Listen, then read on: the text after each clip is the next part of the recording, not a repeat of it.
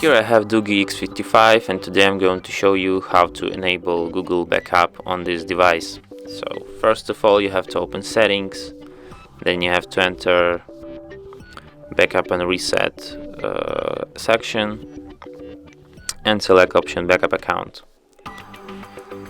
Next you will have to enter your Google account. You will need your internet connection to do that. Enter your email or phone here.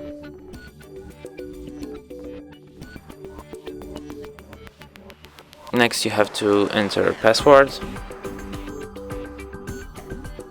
Tap on Next. Next you have to agree with the Google Terms of Service and Privacy Policy.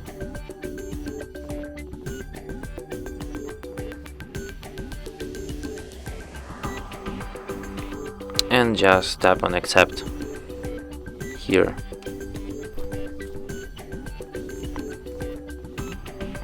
And that's it. Now your phone is ready to backup.